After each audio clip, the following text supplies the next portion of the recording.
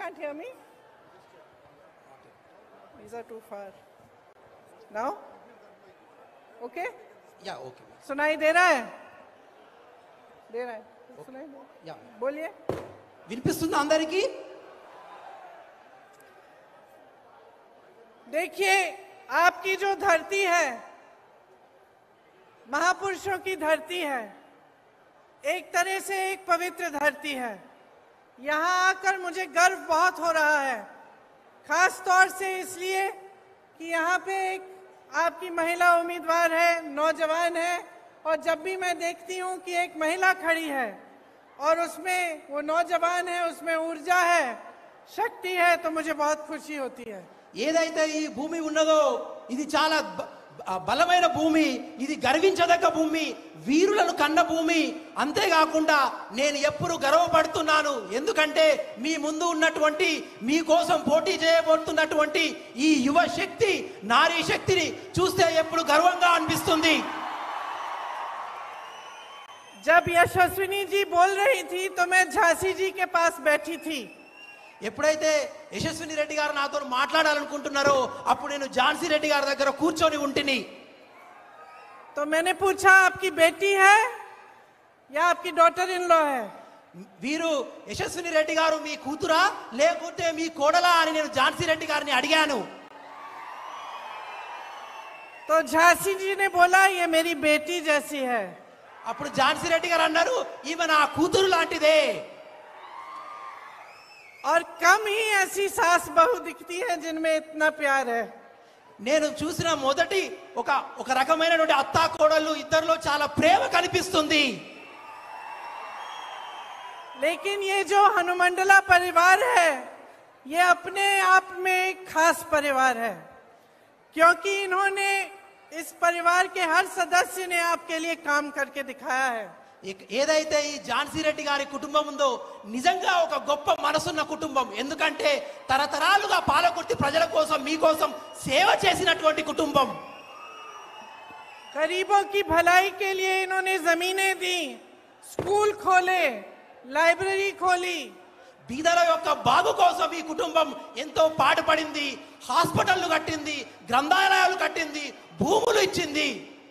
और आप सबको तो मालूम ही है कि एक तरफ इनका परिवार है और दूसरी तरफ बीआरएस के नेता जिन्होंने आपसे जमीन छीनी है. మీ అందరికీ తెలుసు, ఒకవైపు మీకోసం ఇన్ని సంవత్సరాలు పాటుపడినటువంటి కుటుంబం, ఇంకోవైపు మీ భూములు లాక్కున్నటువంటి బీఆర్ఎస్ కుటుంబం. आप सबसे जमीन छीनी, वक्फ से भी जमीन छीनी. మీ అందరి దగ్గర నుంచి, రైతుల దగ్గర నుంచి వాళ్ళు భూములు లాక్కున్నారు. तो देखिए, आज आप इतनी बड़ी तादाद में यहाँ खड़े हैं, बहुत समय से इंतजार कर रहे हैं कि मैं क्या बात करूंगी आपसे. तो मैं आपसे आपकी काम की बात करना चाहती हूँ. మీరందరూ ఎంతో పెద్ద సంఖ్యలో వచ్చారు. నా రాక కోసం ఎన్నో గంటల నుంచి వేచి చూస్తున్నారన్న విషయం నాకు తెలుసు. అయితే ఈ రోజు మీ గురించే, మీ పనితరం గురించే, మీ స్థితిగతుల గురించే నేను మాట్లాడేందుకు ఇక్కడికి వచ్చాను. जो चुनाव का समय होता है, वो क्या समय होता है? वो सोचने का समय होता है. देश प्रदेश की जनता की जागरूक बनने का समय बनता है.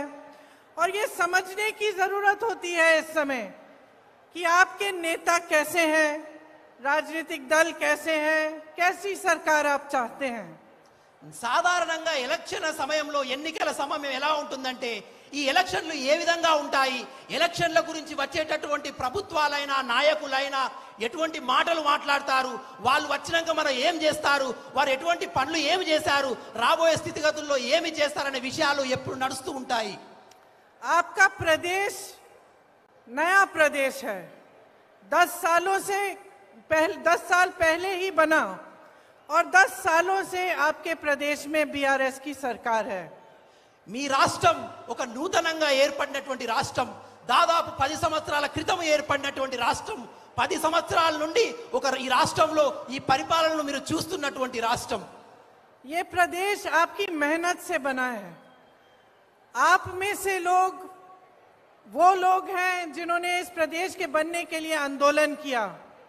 ఈ రాష్ట్రం మీ యొక్క త్యాగాలతోనే ఏర్పడ్డ రాష్ట్రం మీ కష్టాలతోనే ఏర్పడ్డ రాష్ట్రం. ఈ రాష్ట్రం వెనుక మీ యొక్క బలిదానాలు ప్రాణత్యాగాలు ఉన్నాయన్న విషయం నాకు తెలుసు. आप ही के त्याग से, आप ही की मेहनत से जाना जाता है. आज भी अगर दुनिया में आपकी पहचान है तो ये आपने पहचान बनाई है अपनी मेहनत से. यहाँ के किसानों ने, यहाँ के युवाओं ने, तकनीकी हुनर से और यहाँ की महिलाओं ने. ఈ రాష్ట్రం యొక్క గొప్పతనం విశ్వవ్యాప్తంగా తెలియజేసిన రాష్ట్రం.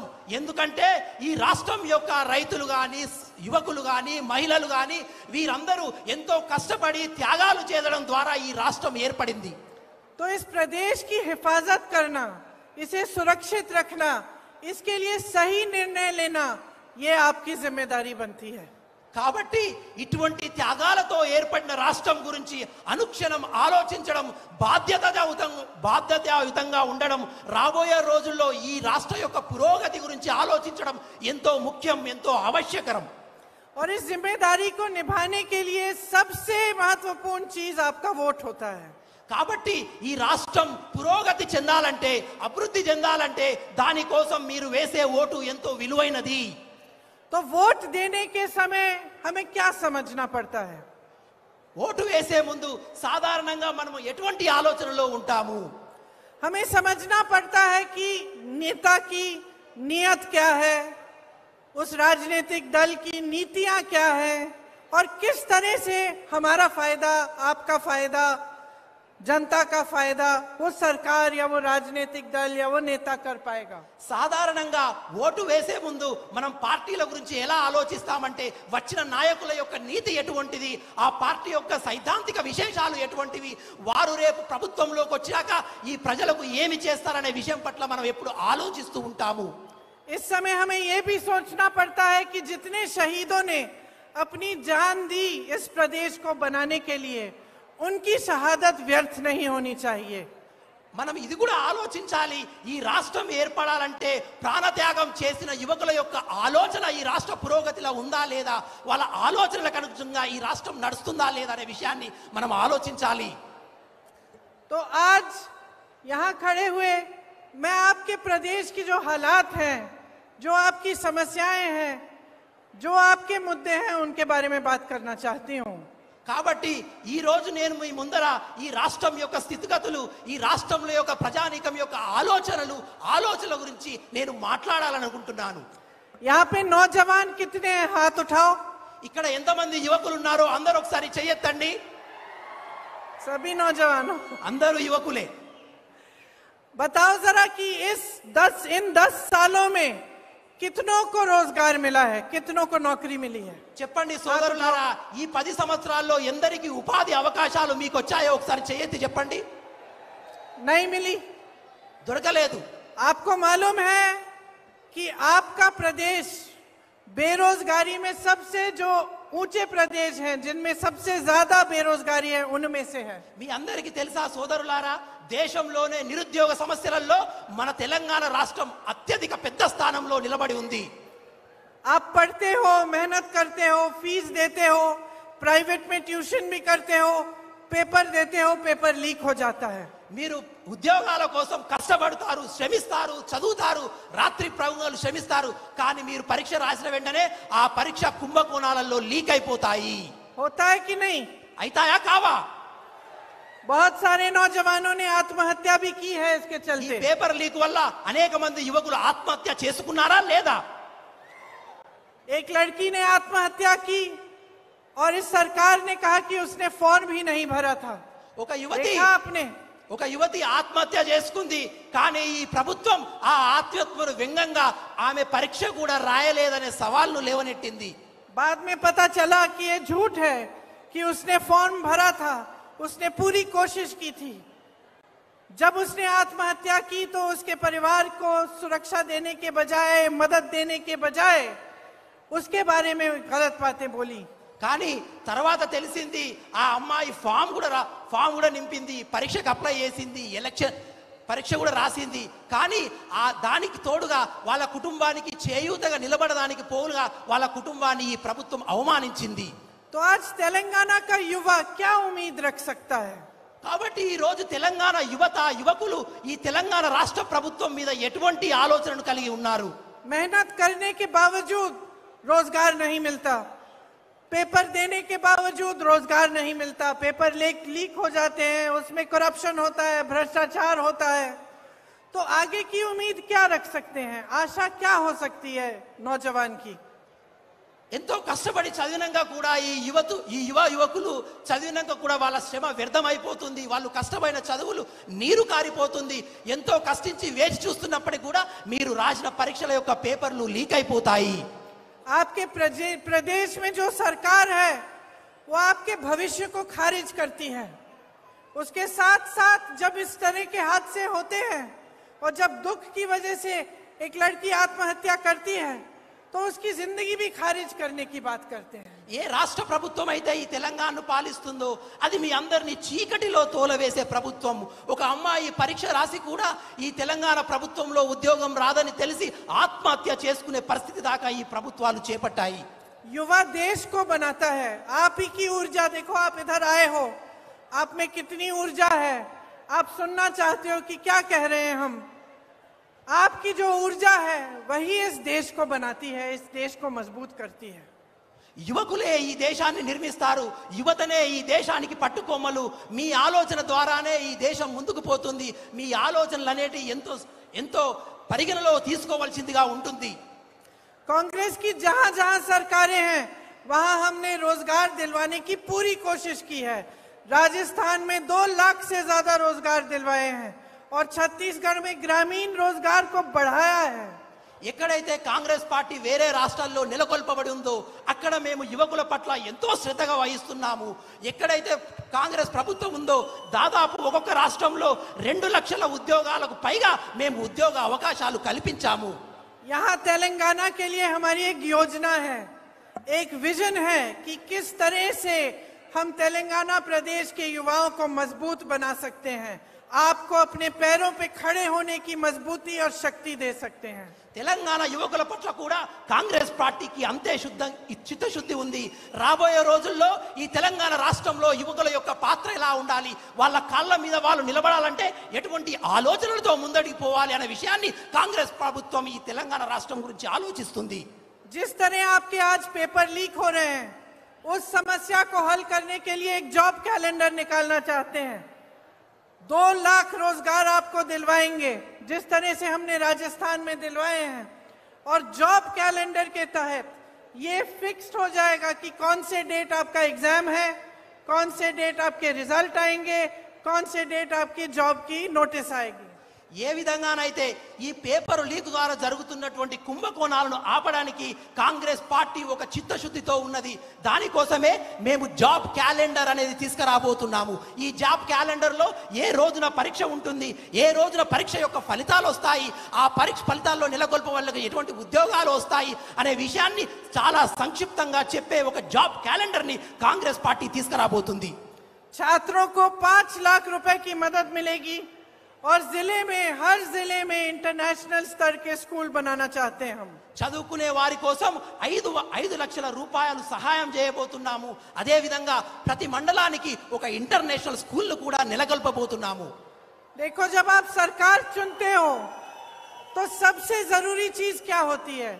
सरकार का एक विजन होना चाहिए, एक रोड मैप होना चाहिए कि आपके प्रदेश को, आपको, आपके जीवन की जो मुश्किलें, उन समस्याओं को दूर करने के लिए किस तरह से भविष्य को मजबूत करने के लिए वो सरकार काम करेगी.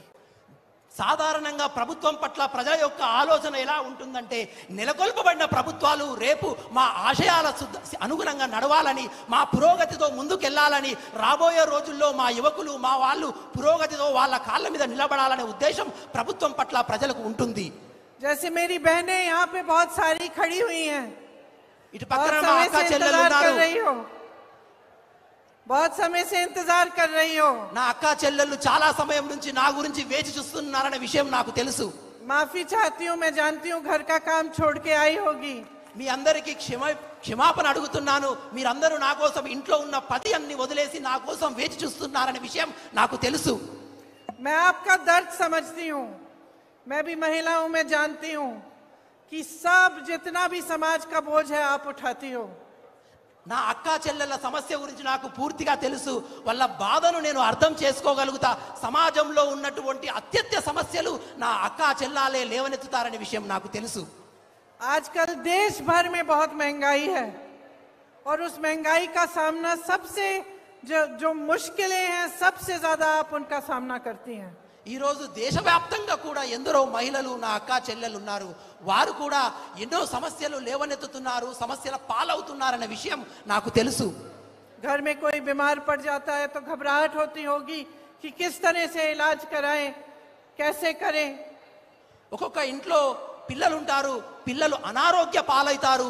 ఆ అనారోగ్య పాలంలో జబ్బు చేసినప్పుడు వాళ్ళ యొక్క బాగోగులు చూసుకోవాలన్న ఆలోచన, స్ట్రెస్ కూడా, అటువంటి బాధలు కూడా నా అక్క చెల్లెలకు ఉంటాయి. दुकान जाती हो कुछ खरीदने के लिए तो कभी कभी खाली हाथ वापस आ जाती होगी, क्योंकि इतनी महंगाई बढ़ गई है कि मुश्किलें ही बढ़ती चली जा रही हैं.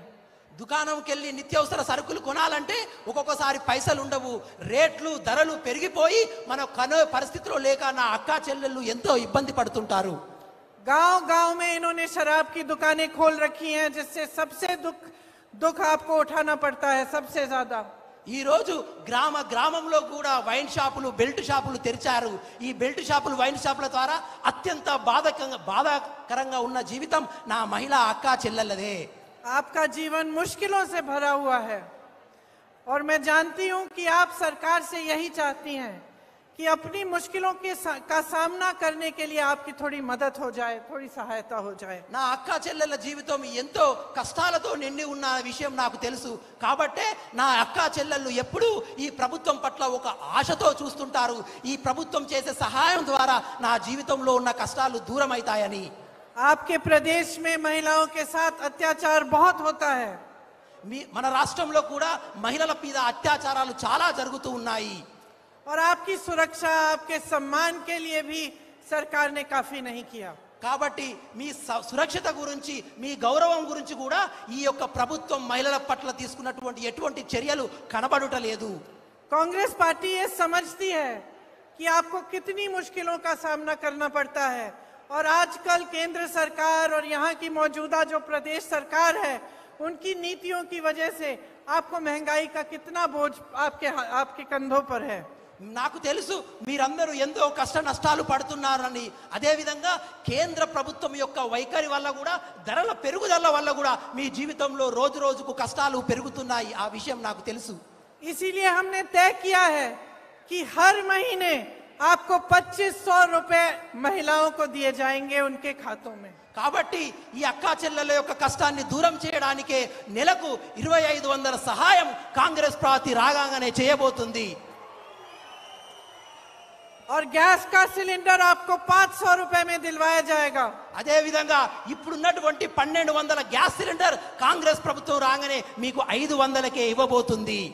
आपको मालूम है कि जब हमारी सरकार कर्नाटका में बनी कुछ महीनों पहले, तब से पूरे कर्नाटका में महिलाओं की बस की यात्रा फ्री में होती है. మీ అందరికీ సంతోషంగా చెప్తున్న విషయం ఏంటంటే, ఏ రోజైతే కర్ణాటకలో కాంగ్రెస్ ప్రభుత్వం ఏర్పడిందో అదే రోజు నా మహిళా అక్కా చెల్లెళ్ళందరికీ కూడా ఉచిత బస్సు ప్రయాణం యొక్క సౌకర్యాన్ని మేము కర్ణాటకలో కల్పించాము. हमारी सरकार बनेगी तो यहाँ तेलंगाना में भी सब महिलाओं के लिए सारी बस यात्रा फ्री होंगी.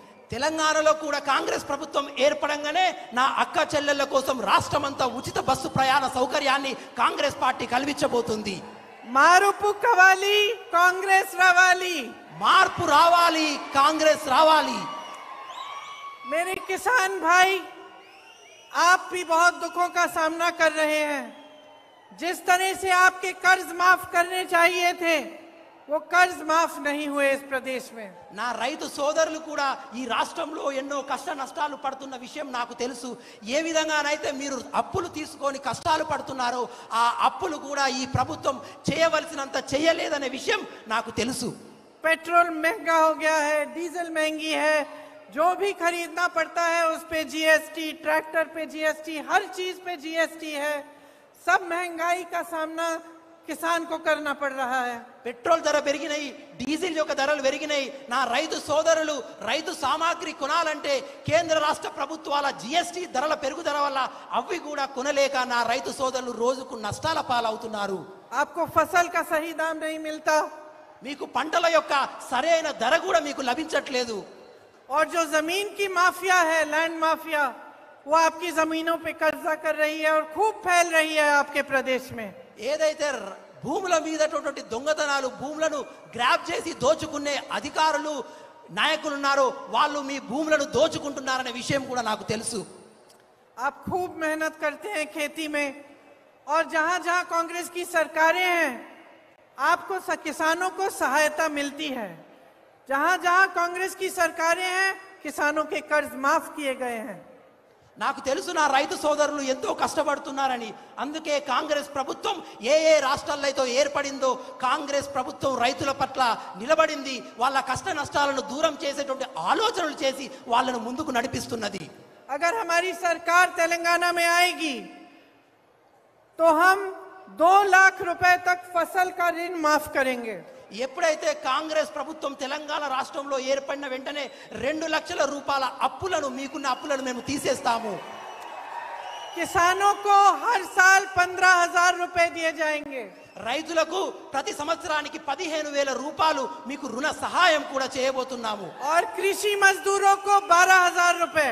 అదే విధంగా వ్యవసాయ కూలి, భూములు లేని వ్యవసాయ కూలీలకు కూడా 12,000 రూపాయలు ఏటా ఇవ్వబోతున్నాము. आपको एमएसपी की गारंटी दी जाएगी। అదే విధంగా కనీస మద్దతు ధర యొక్క తప్పకుండా మేము గ్యారెంటీ ఇవ్వబోతున్నాము. आज भी जहां जहां कांग्रेस की सरकार है वहां सबसे अधिक एमएसपी मिल रही है। ఈ రోజు ఏ ఏ రాష్ట్రాల్లోనైతే కాంగ్రెస్ ప్రభుత్వం ఏర్పడిందో అన్ని రాష్ట్రాల్లో అత్యధికంగా మేము కనీస మద్దతు ధర పంటలకు రైతులకు అందిస్తున్నాము.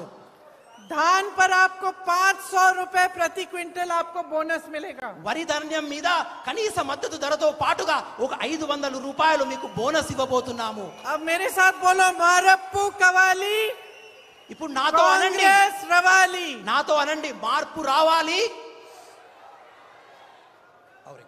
कांग्रेस रवाली। మార్పు కావాలి, కాంగ్రెస్ రావాలి. देखिए, हर स्तर पर, चाहे महिलाओं के साथ, किसानों के साथ, युवाओं के साथ, हर स्तर पर आपके साथ अन्याय हो रहा है। जो केसीआर जी की सरकार है, जो 10 सालों के लिए यहां चल रही है, उसकी एक्सपायरी डेट हो चुकी है। కాబట్టి అన్ని స్థాయిలలో అన్ని వర్గాల ప్రజలకు ఈ కేసీఆర్ ప్రభుత్వం అన్యాయమే చేసింది. మహిళలు, రైతులు అన్ని చేసింది. కాబట్టే ఈ యొక్క కేసీఆర్ బీఆర్ఎస్ ప్రభుత్వానికి అంతిమ గడియలు, ఎక్స్పైరీ డేట్ వచ్చేసింది. आप जब दवाई खरीदने जाते हो ना, दुकान में दवाई खरीदने जाते हो, उस पे डेट लिखा होता है, कितने साल का डेट होता है। మీరు ఎప్పుడైతే మందులు కొనడానికి మెడికల్ షాప్ వెళ్తారో ఆ మందుల యొక్క ప్యాకెట్ వెనకాల ఆ మందులు ఏ రోజు వరకు పనిచేస్తాయో ఒక ఎక్స్పైరీ డేట్ ఉంటుంది. జనరల్ గా ఎన్ని రోజుల వరకు, ఎన్ని సంవత్సరాల వరకు ఉంటుందో మీకు తెలుసు కదా. बीआरएस सरकार की डेट निकल चुकी है। అదే విధంగా ఈ బీఆర్ఎస్ ప్రభుత్వం కూడా ఆ డేట్ అయిపోయింది, ఎక్స్పైరీ డేట్ అయిపోయింది. देखो, शुरू में जब आपने इनकी सरकार चुनी तो बहुत आशा थी, बहुत उम्मीद थी इनसे। नया नया प्रदेश बना था, आप सबने आंदोलन किया था, एक सपना देखा था तेलंगाना के लिए, और वो सपना यही था कि युवाओं को रोजगार मिले, आपको अपनी शक्ति अपने हाथों में मिले, आपकी जो संपत्ति है वो आपके लिए काम करे। ఎప్పుడైతే తెలంగాణ రాష్ట్రం ఏర్పడిందో తెలంగాణ ప్రజానీకారానికి ఈ ప్రభుత్వం పట్ల ఎంతో ఆశ, ఎన్నో కోరికలు ఉండేటి. వచ్చినటువంటి ప్రభుత్వం మా కోసం పనిచేస్తుందని, యువకుల కోసం పనిచేస్తుంది, మహిళల కోసం పనిచేస్తుంది, ఒక గొప్ప ఆశ మీకు ఈ ప్రభుత్వం పట్ల ఉండేది. तो आपने बहुत आशा के साथ इनको चुना और इनकी सरकार बनाई। ఎంతో కష్టంతోనే మీరు ఈ తెలంగాణ రాష్ట్రాన్ని ఏర్పడి ఈ ప్రభుత్వాన్ని ఏర్పాటు చేశారు. लेकिन अब 10 साल हो गए हैं, और क्या होता है ना कि कुछ नेता, कुछ राजनीतिक दल ऐसे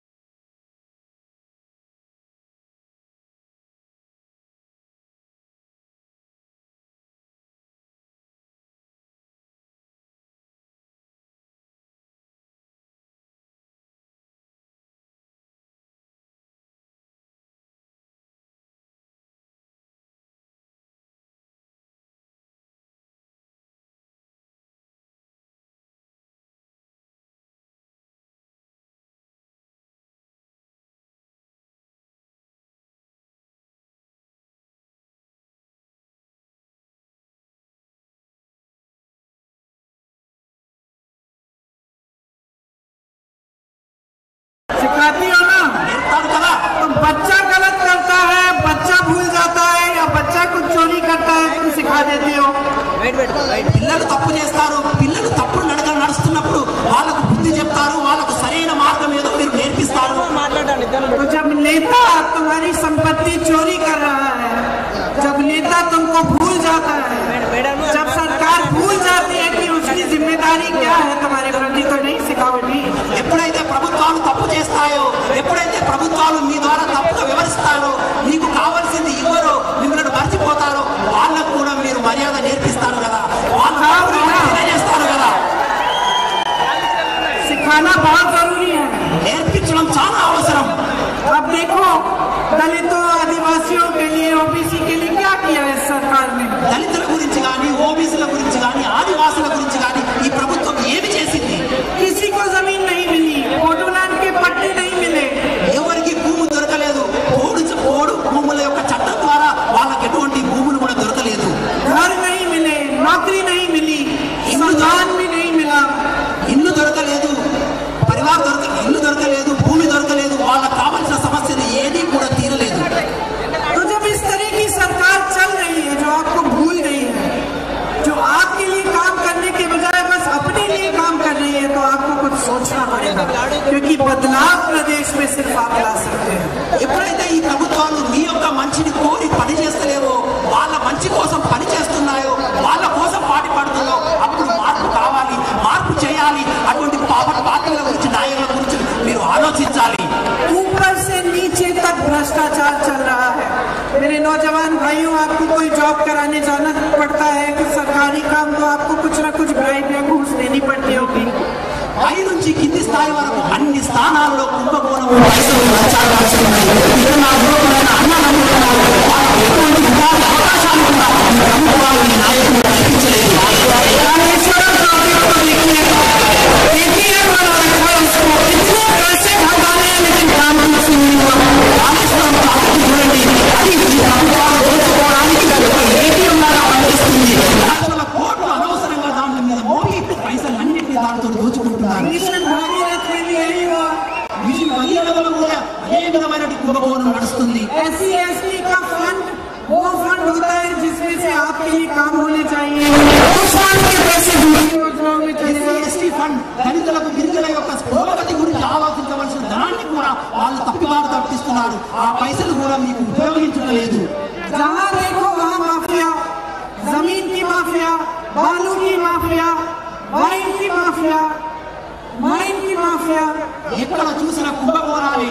ఇసుక కుంభకోణం, నీరు కుంభకోణం, భూమి కుంభకోణం, ధనం కుంభకోణం, ఉద్యోగాల్లో కుంభకోణం, అన్నింటిలో కూడా కుంభకోణాలే నడుస్తున్నాయి. तो आप जब सुनते हैं कि कालेश्वरम प्रोजेक्ट में हजारों का घोटाला हुआ या मिशन भागीरथ में हजारों का घोटाला हुआ, तो मैं आपसे पूछना चाहती हूँ कि इसके पैसे हैं, ये 1000 करोड़ रुपए जिनकी बातें हम करते हैं, ये किसके पैसे हैं? ఎప్పుడైతే కాళేశ్వరంలో కానీ, మిషన్ భగీరథలో కానీ లక్షలాది కోట్ల కుంభకోణాలు జరిగినప్పుడు, పైసలు దోచుకున్నప్పుడు, నేను మీ అందరితో అడగదలుచుకున్నా, ఈ పైసలు ఎవరి, ఈ డబ్బు ఎవరిది? ఇది ప్రజల డబ్బు కాదా? क्या ये नेता आपस में लेते हैं, क्या अपने एक दूसरे से लेते हैं ये 1000 करोड़ रुपए? ఈ యొక్క నేతలు ఈ కుంభకోణాల్లో ఉన్నటువంటి పైసలను ఒకరి ఒకరు పంచుకొని దోచుకునే ప్రయత్నం చేస్తున్నారు. नहीं, किसी दूसरी पार्टी से लेते हैं क्या? లేకపోతే వేరే పార్టీ నుండి ఈ పైసలు తీసుకుంటారా? या आपके पैसे हैं? ఈ పైసా అంతా మీది. हजारों करोड़ रुपए जो ये लेते हैं बड़े बड़े घोटाले करके, ये आपके पैसे ले रहे हैं। ये वही लोग हैं जो कहते हैं कि किसान के कर्ज माफ करने के लिए पैसे नहीं है। ये वही लोग हैं, क्योंकि आपके पैसे जो आपकी कर्ज की माफी के लिए जाने चाहिए, जो आपकी योजनाओं में जाने चाहिए, जो मेरी बहनों को सशक्त करने के लिए जाने चाहिए, यही पैसे ये लेते हैं। ఈ కుంభకోణాలలో దోచుకున్నటువంటి పైసలన్నీ ఎక్కడి పైసలు? ఈ పైసలన్నీ మీ ఉద్యోగాల కోసం పెట్టవలసిన పైసలు, మీ అప్పులు తీర్చడానికి ప్రభుత్వం ఇవ్వవలసిన పైసలు.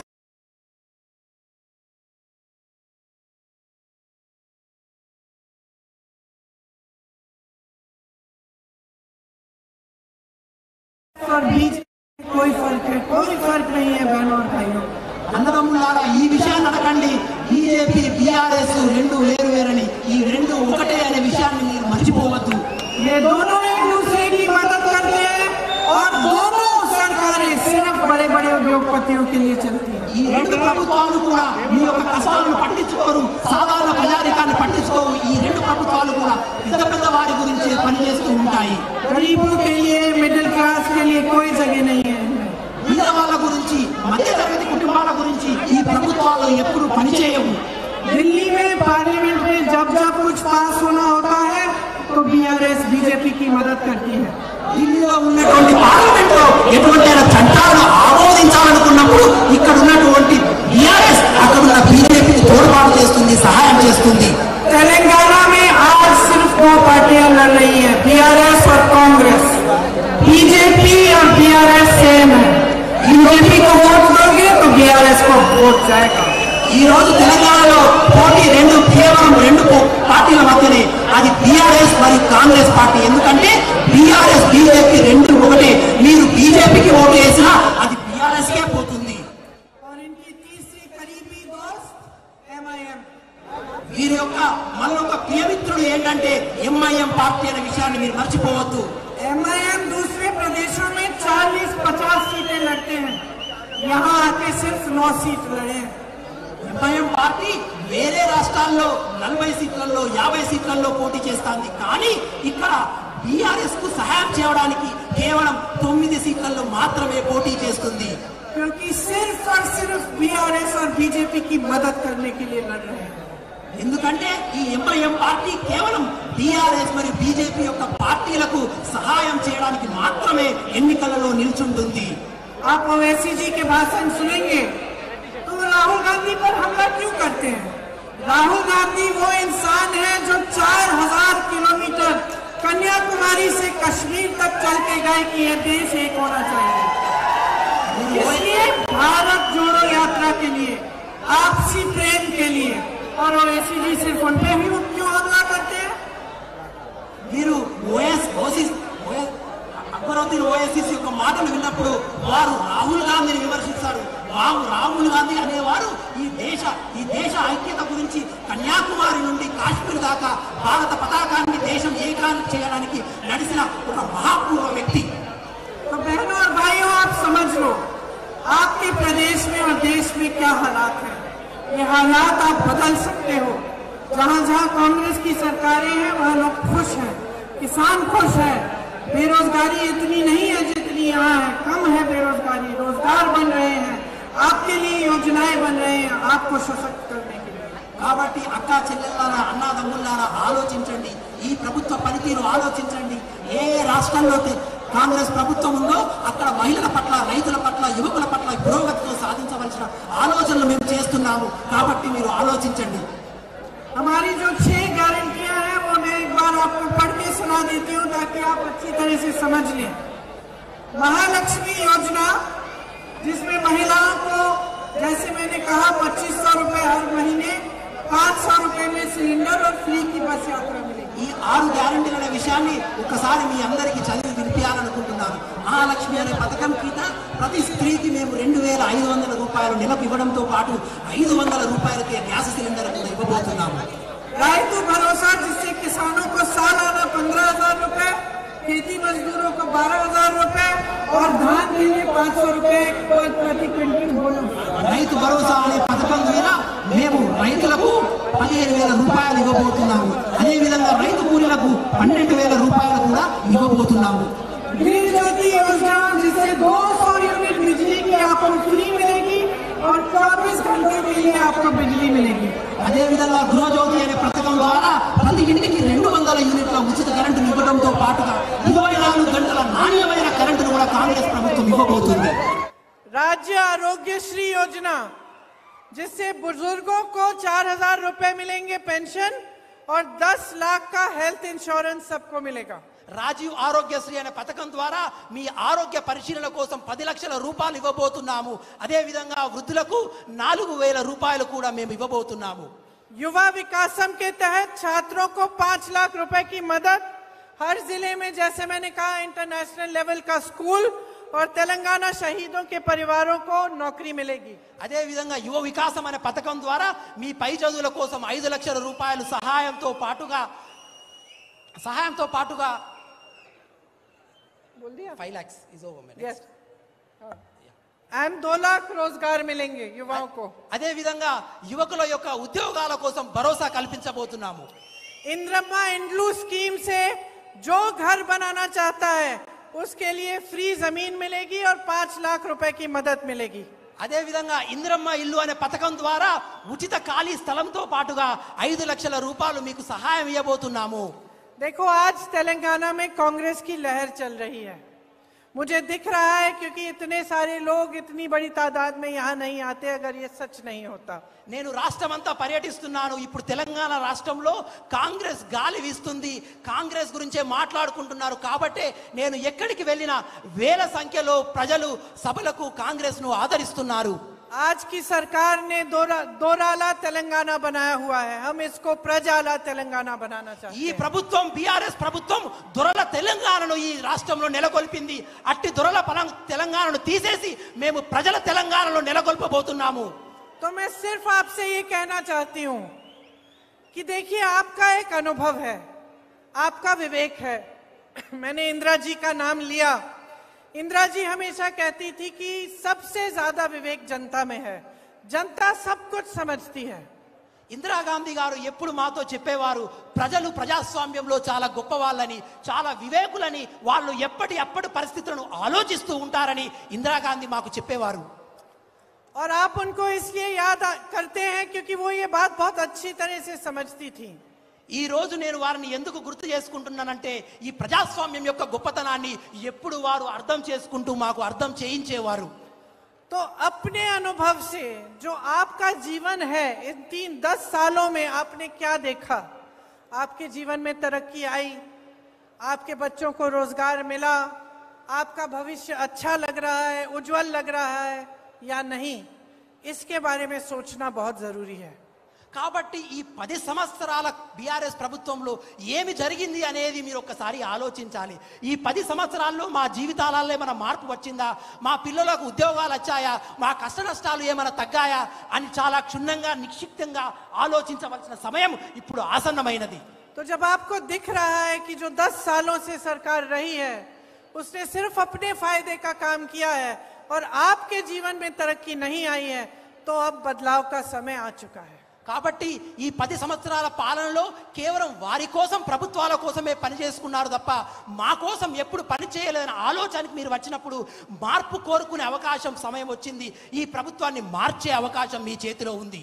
और बदलाव लाने की शक्ति आप ही के हाथों में है। మార్పును తెచ్చే ఒక గొప్ప శక్తి కూడా మీ చేతిలోనే ఉన్నది। तो इस शक्ति को जिम्मेदारी से और समझदारी से इस्तेमाल करो। वोट देने जब जाओगे तो भारी से भारी बहुमत से यहाँ के उम्मीदवार को जिताओ ताकि ये आपके लिए काम करके दिखा पाए। కాబట్టి మార్పు కోరుకునే ప్రజలు మీరందరూ కూడా ఎప్పుడైతే ఓటు వేయడానికి వెళ్తారో ఇక్కడ ఉన్నటువంటి అభ్యర్థి అయిన యశస్విని రెడ్డి గారి చేతి గుర్తుపై ఓటు వేయండి। दोनों साथ में आपके लिए काम करेंगी, ఇద్దరు కలిసి दोनों మీ आपको యొక్క ये दिखाएंगी कि सच्चा नेता कैसा होता है और आपको नहीं भूलेंगी, आपके लिए दिन रात काम करेंगी। నిజమైన నేతలు ఎలా ఉంటారో ఈ ఇద్దరు కలిసి మీ కోసం పనిచేస్తారు, మీ పురోగతి కోసం పనిచేస్తారు। కారణం మీరు ఆశీర్వదించండి। आपने बड़े ध्यान से मेरी बातों को सुना, इसके लिए आपको बहुत बहुत धन्यवाद। जय हिंद। ఎంతో ప్రేమపూర్వకంగా నా మాటలు ఆలకించినందుకు మీ అందరికీ ధన్యవాదాలు। నమస్కారం। జై